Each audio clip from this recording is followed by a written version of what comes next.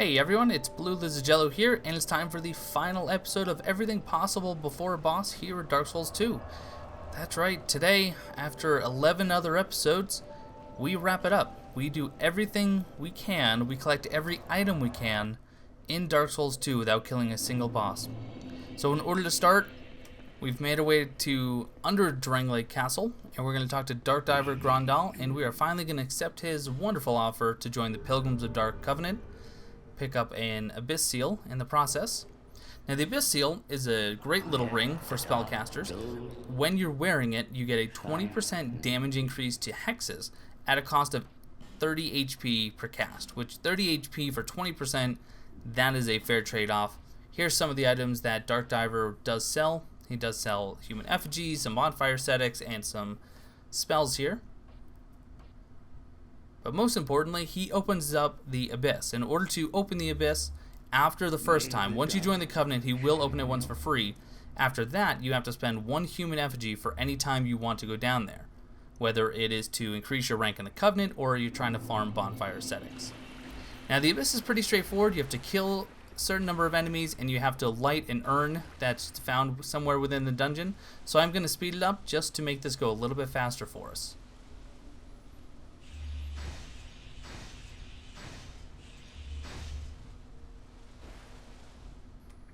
Now, if you're looking to farm Bonfire Ascetics, the Abyss is the place to do it. In my short trip through the 3 dungeons, I picked up 5, and that's with just the Traveling Merchant hat on.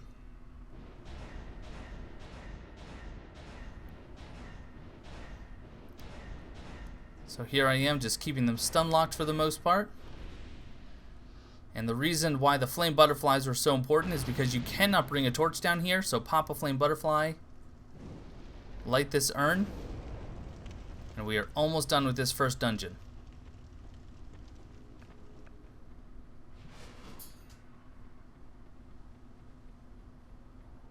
One more enemy to kill.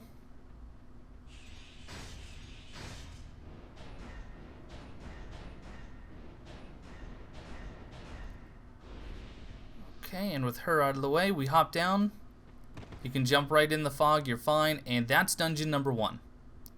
So we go and talk to Dark Diver, and we see that we have ranked up in the Covenant, and he's going to give us our Resonant Soul.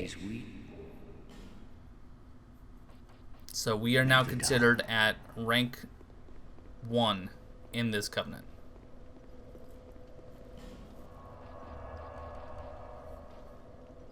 Okay, now we'll head over to Black Gulch, and we will attempt dungeon number 2.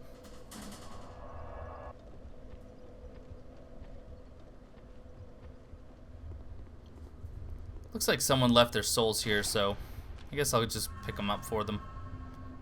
Someone died here. How embarrassing.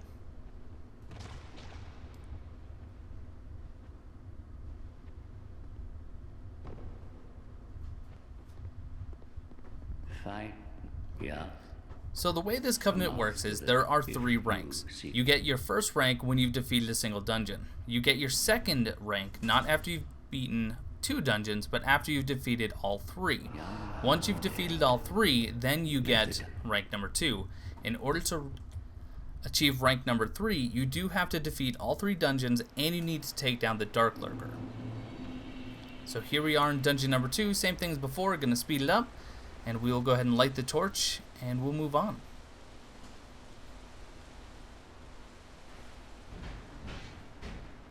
This one, for some reason, I found to be particularly difficult.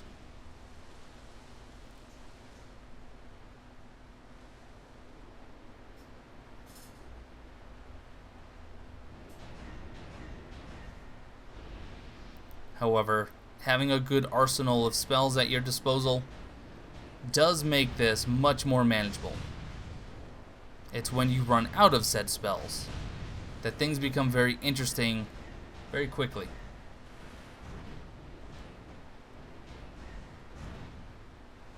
And when you have a pyromancer who refuses to sit still, either for a dark orb to hit or for you to get a backstab, it just becomes tedious.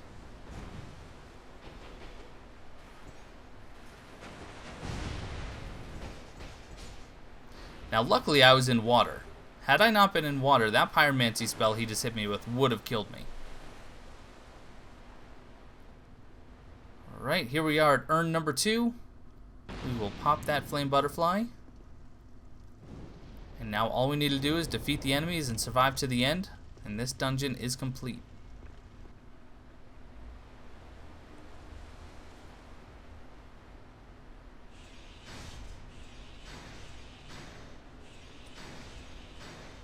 If you're ever wondering how to waste 3 Great Lightning Spears, that's exactly how. Hit the wall, miss, and then shoot one over their feet.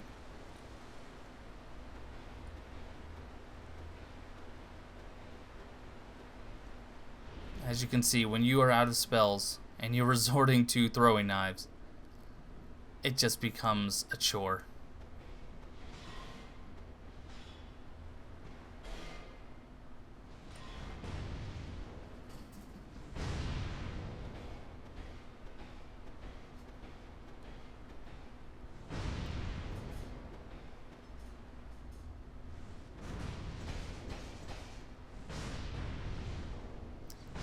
Even though this process was ultimately very slow and painful, I am glad that I actually stocked up on throwing knives.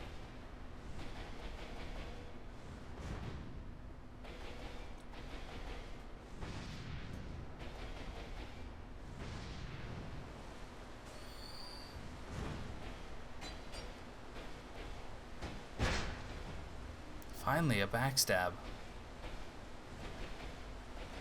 So many of these attacks should have been a backstab, and I really couldn't tell you why they weren't.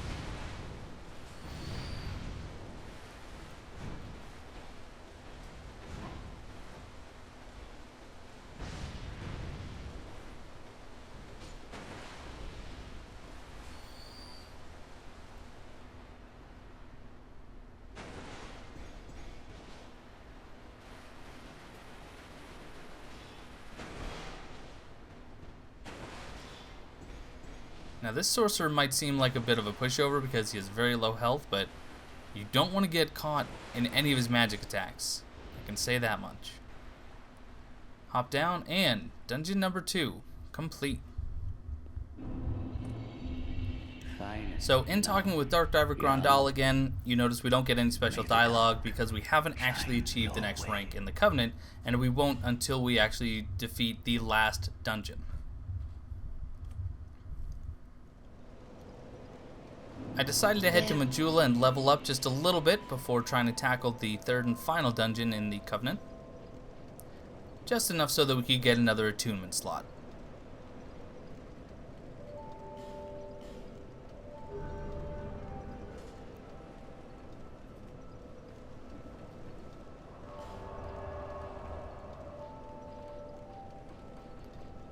Which would allow us now to use our Great Lightning Spear as well as Resonant Soul. Now Resonant Soul and its upgrade, the Great Resonant Soul, they cost souls in order to cast. You can still cast a projectile without having souls, but the damage is greatly diminished to the point where it is not very feasible in any situation. But the Resonant Soul costs 100 souls to cast, Great Resonant Soul costs 500.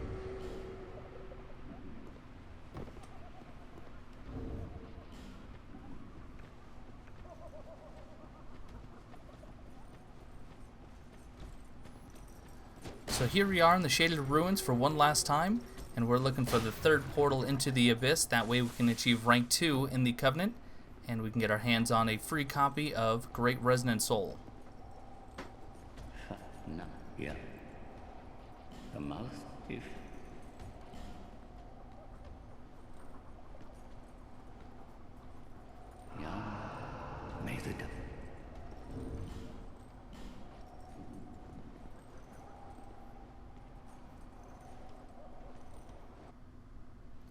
Now luckily this fight, I believe, went a little bit better, but we are going to speed it up just to save some time.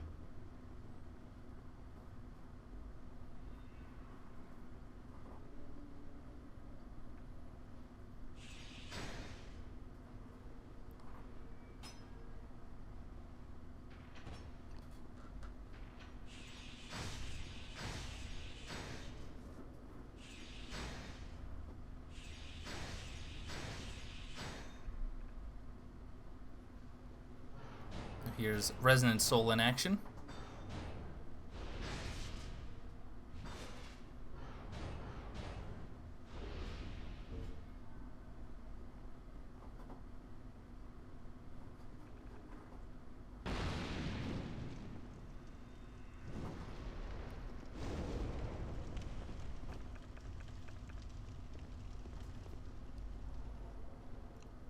And some more speeding up action. There's not much left of this dungeon, and once we jump through the fog at the end, unlike the last two, we're not simply going to be teleported to the beginning of the dungeon again so we can talk to Dark Diver. Nope, in fact, we are going to be sent directly into the Dark Lurker's boss room. So if you do want to achieve rank 3, what you need to do is defeat 2 dungeons, and then you need to defeat the 3rd dungeon where you will automatically be sent into the Dark Lurker's arena, and if you die, you will have to do a dungeon again to get to him. But we're going to go ahead and say nope to Mr. Dark Lurker, because this is everything possible before boss, not everything possible including killing the Dark Lurker. Silly Dark Lurker. Now all that's left is running back and claiming our reward.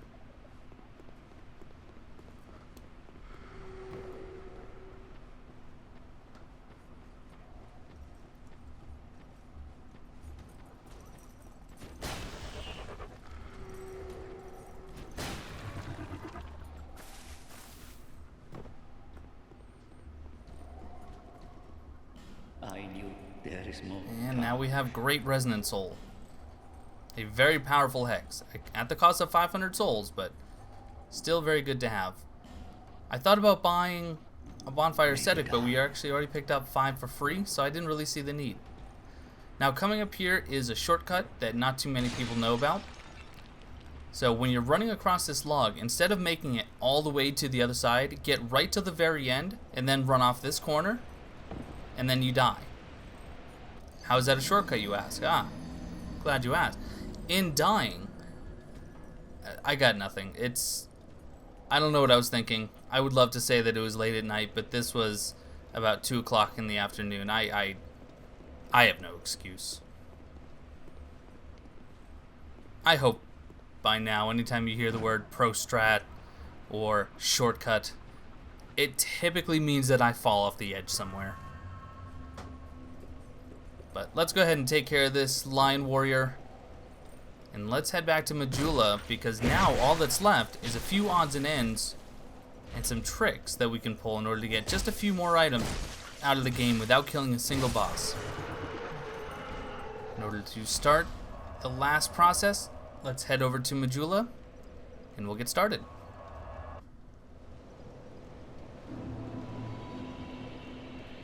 Little transition cut there. And by Majula I meant things betwixt, because we are going to use Bonfire Ascetics to get a few more items.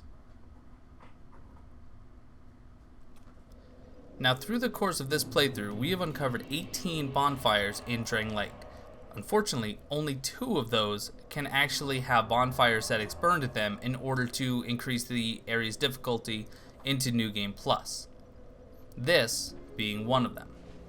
Now, I'm not going to show you every item that's respawned because there's only a few that have actually changed, so I just want to highlight the differences. The first things first, outside of this hut, we do have where there was a small smooth and silky stone earlier. Now, we have 3 smooth and silky stones, which is the upgraded version. You have a higher chance of getting the better drops from the crows using the smooth and silky stones. The next change we have, they're not items, but we do have Black Phantom Infected Hollows that'll drop down right in front of you.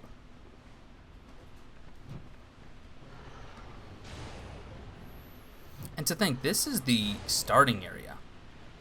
I mean, you begin your game here. I mean, FromSoft is saying, hey, I know you just beat the game, but since you decided to keep playing, enjoy this tutorial area.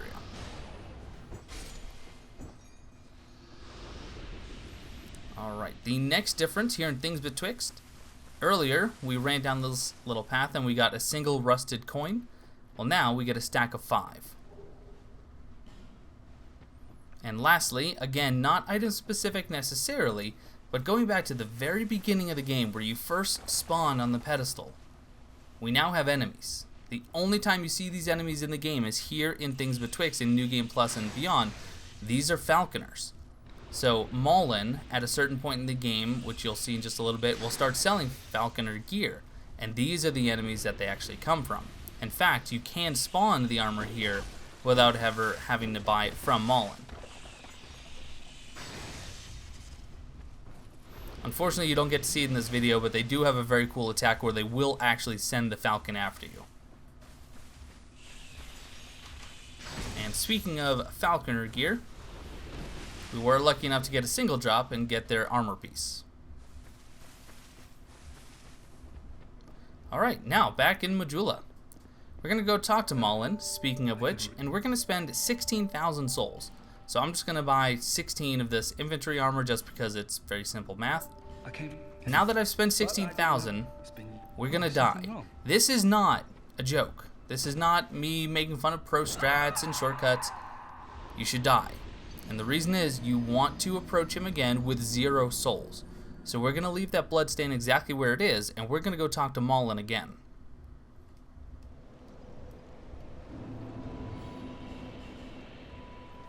Turn human just so I don't look so ugly.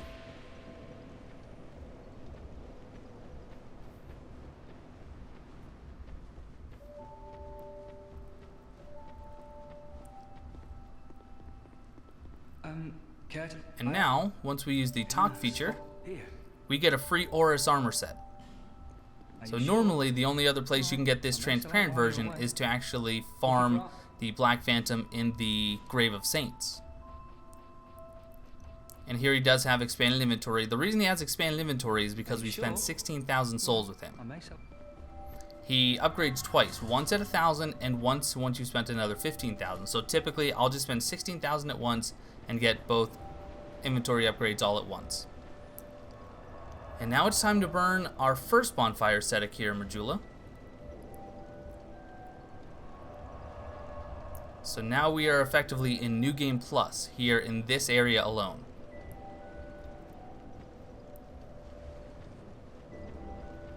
So let's head back over to Maulin, because he has upgraded his inventory once more. You need up. And now you can see that he has the butterfly wings, the cuffs, and the skirt. The only piece of armor that he's not currently selling is the helm, which we won't get until we burn yet another ascetic. However, up here in the wooden chest above him, what used to be a Titanite shard is now a large Titanite shard. But wait, there's more! Head over to Kale's mansion. And in here, along with all the other treasure that has been respawned, if we head down into the basement where there was a single skeleton earlier, there's no longer a single skeleton, now there's a pair of them. And each one will drop a human effigy, and you can keep spawning additional skeletons up until you get a maximum of 8. So you can burn 7 Bonfire Ascetics, and each time you do, one more skeleton will spawn in the basement, and each one will drop an effigy. After that, you can keep burning Bonfire Ascetics to farm effigies, but you won't get more than 8 skeletons in the basement at a time.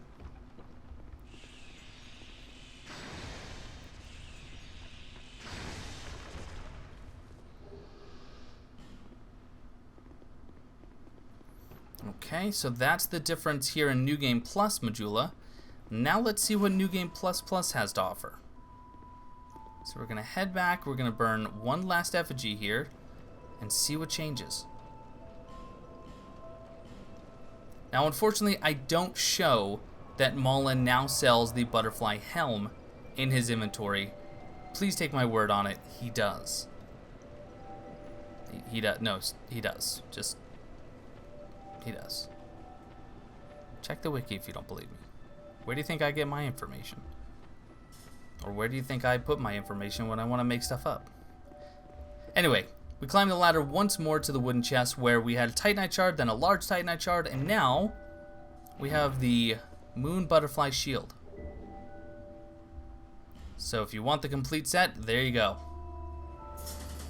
And ladies and gentlemen, that's going to do it for this series, Everything Possible Before a Boss. We really just have one last thing to do, something I've just kind of held off on doing till the very end, we're going to burn all of our physical souls right now to see just how much we've collected in this short series.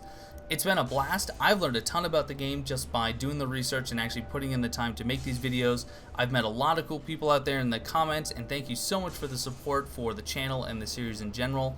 If you have any questions regarding anything you've seen or anything you'd like to see, please feel free to shoot me a comment on one of the videos, send me a private message, get a hold of me, and I will do my best to work with you, because I want to see this community thrive. I want to see the Dark Souls 2 community continue to help each other out and to further the knowledge about this awesome game. I've broken all of them for a net gain of 77,000 plus souls. Not too shabby at all. So yes, guys, let's keep the community rolling. I do have plans for another series in Dark Souls 2 starting up probably within the next week. So if you had a good time here, please stick around for that. You can take a look quickly at just all the items that we picked up without killing a single boss.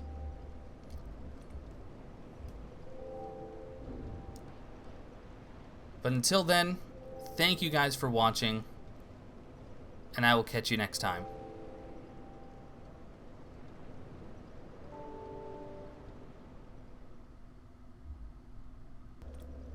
Hey Melintia, we really need to talk. 4,000 souls for a Ferrous Lockstone?